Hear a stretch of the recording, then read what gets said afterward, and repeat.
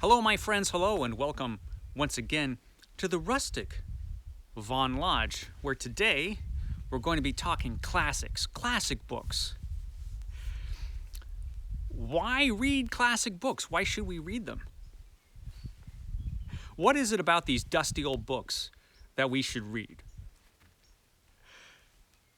Well, what are classic books anyway? Books that have endured the test of time for one thing, but what makes them classic?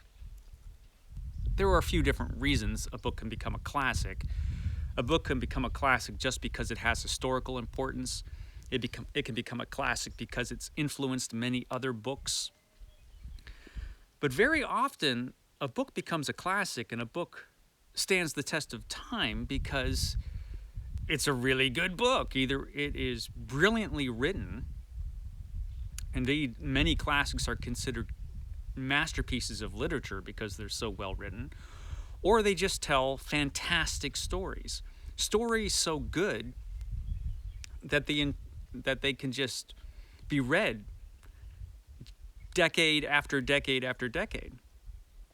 And many classics stand up just as well today as when they were written, whenever that might have been. But I believe one quality of a classic is that it has to have stood the test of time to a certain amount.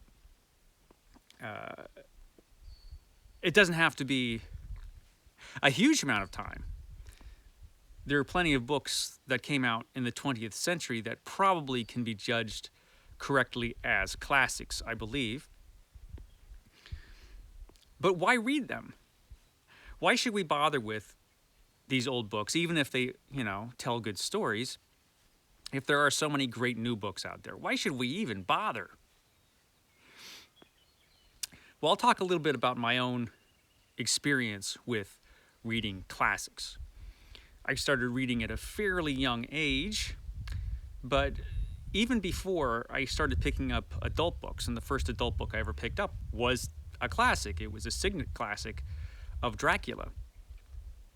And before that even, I had some books that were like little kid versions of classics, like the little kid version of Treasure Island. I had a little kid version of Frankenstein, books like that. And also, Marvel Comics came out with a series of comic books that were adaptations of classics.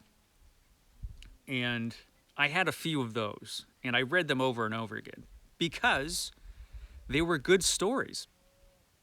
And so I was interested already, even before I became a real reader of adult literature. Now, once I did, and I did when I was fairly young, I started picking them up because of a couple reasons. One, I was curious about why these books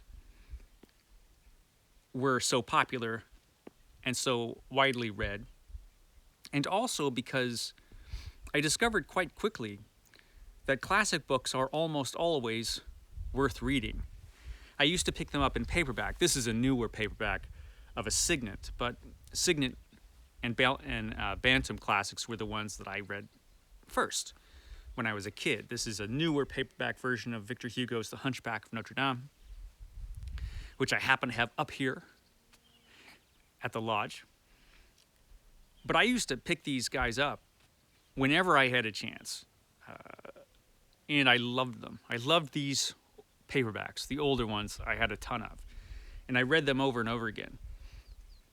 And one thing that struck me very often about classics is that the stories they told tended to be great. They are just great stories.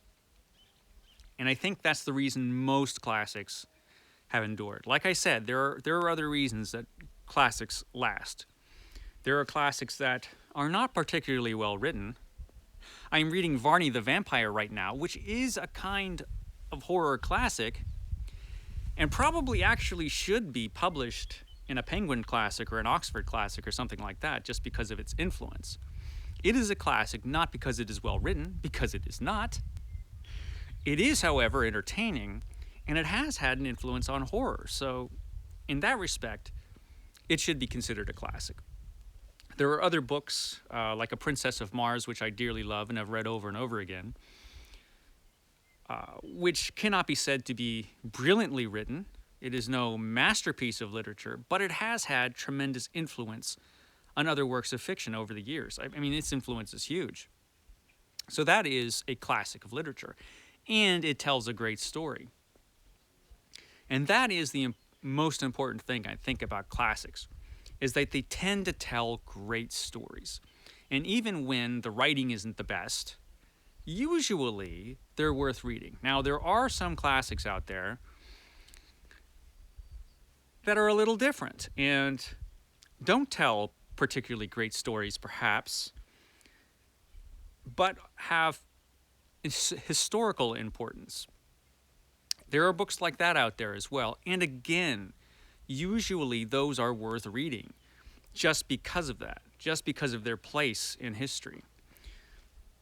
How a book becomes a classic usually is for those reasons. That is not to say that there aren't books out there that have not become classics and probably deserve to be classics. There are a lot of forgotten books out there that were great. And I'm going to be looking for more of those in the near future and doing some features on those. As has been said, and I think I saw this on Steve Donahue's channel, and I'm paraphrasing here, there are many books that have been unjustly forgotten, but no books that have been unjustly remembered. I think it was something like that.